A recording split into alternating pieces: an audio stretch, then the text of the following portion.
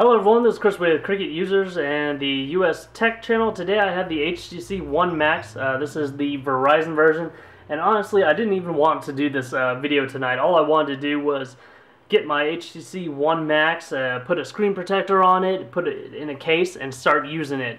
My daily use phone is the Samsung Note 3.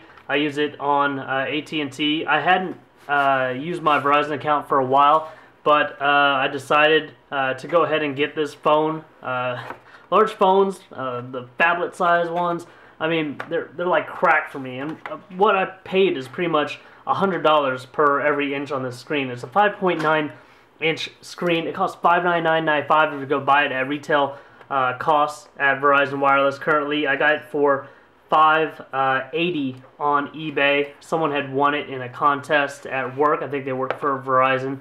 I have already used it a little. I do like the device. Hardware spec wise, I mean, it's running like the same hardware as like the HTC One, so I already know on the benchmarks it's slower than the Note 3. I'm going to have to add all of the programs I have on my Note 3 onto this phone to see how it acts in a daily use type of environment. As you can see, the IR sensor is right there, kind of like the One. Speakers, you got two, just like the One. You got your front-facing camera right there, your volume toggles right there, power button, home button, back button. They are off the screen, and actual capacitive touch buttons. They don't take any of your screen space like the Nexus.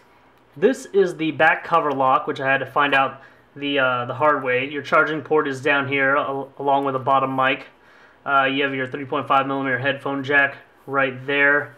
You have your pogo pins right there, the fingerprint scanner, the rear-facing camera with flash right there, the Verizon, well, just the 4G LTE logo right there, the HTC on the back, Verizon logo down there at the bottom. This is a CDMA device. I'm going to try to flash it to Cricket Wireless. I already know that it does work with AT&T. Although it doesn't have all the bands that AT&T supports, it does have enough that it can get HSPA in most areas as far as speeds. I'll do separate videos on how it works with AT&T. Let's go ahead and pop this back cover. Not exactly easy to get back on and aligned. Right now I have an AT&T SIM card inside of there. It looks like it would have a normal removable battery, but if you peel this up, you'll see that you probably aren't supposed to get into that area. I'm probably not going to peel through there. Looks like this was for like a dual SIM card tray. Maybe in the international versions. Haven't looked into it much. You have your micro SD, probably supports up to like a 64 gigabyte micro SD card, which is nice. I believe it does have 32 gigabytes of onboard memory. We'll go ahead and get into that area. It is on right now. I have set up the fingerprint scanner. Let's put this back cover on. You can see there are pins that match up right there. Probably like an antenna on the back side. Let's go ahead and try to line this up and get this cover back on. Push it down. As long as you have it aligned, it goes on pretty easily. I do have a wireless charging thing that I'll be able to slip under here. I'm getting that from eBay. It plugs into the micro USB, so it's kind of cheating. Let's turn it on, scan my finger on the back, and it's unlocked. I do like that the phone has the auto brightness, but you can go into the settings and you kind of set the maximum brightness. It's like a variable auto brightness. So the Note 3 doesn't have that. Like a lot of iOS devices do have that. Let's turn it up all the way. Let's turn the timeout a little bit higher so it doesn't go off while I'm talking. It's a really nice device. Here's your drop down. I'll show you how to add some quick toggles up to the top. You can see you can individually dismiss things. I have Verizon's NFL mobile working with it right now, even though I didn't have it on Verizon initially. Let's go ahead and get rid of some of these. You can swipe either way. Some of your toggles are accessible right there.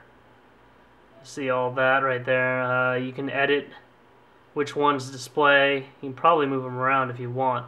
Let's go back home.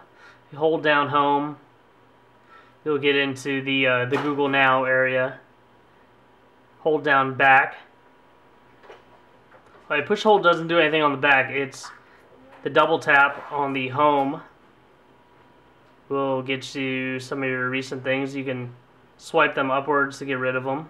So push hold for your Google Now, double tap for your like Task Manager. Texans lost.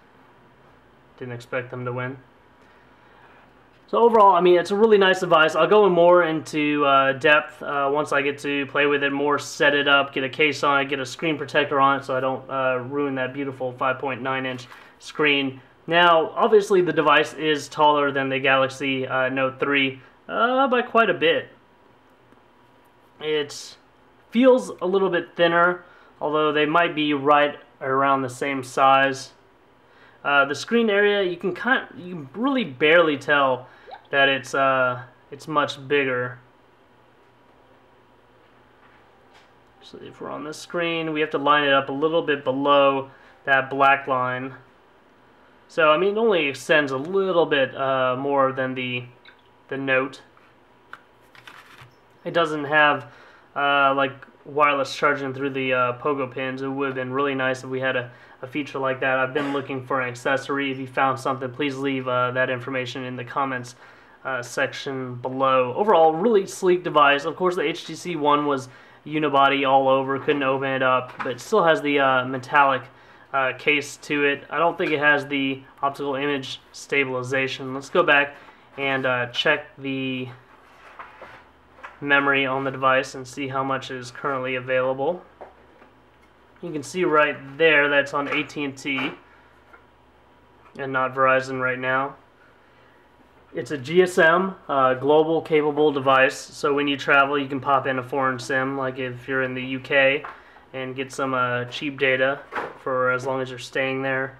Let's go into the storage, and you can see that it has 32 gigs of storage. I've installed a few apps, so I've used 8.86 gigs at this time. If you guys have anything specifically that you want to see about this device, please let me know. Leave comments in the comments section below this video. Let's go look in the rest of the box. You get to know your phone. You have it in Spanish. You have global support information, important consumer information, product safety and warning, and the it did come with a SIM card which was already pre-installed. It has your micro USB cable, pretty standard, and then you have your charger, which this one has not been open. Let's go ahead and crack it open and see what this is rated at. 5 volts output as expected at 1.5 amps. So if you're going to use another charger, you're probably going to want it to be at least 1.5 amp output to charge this at its maximum rate.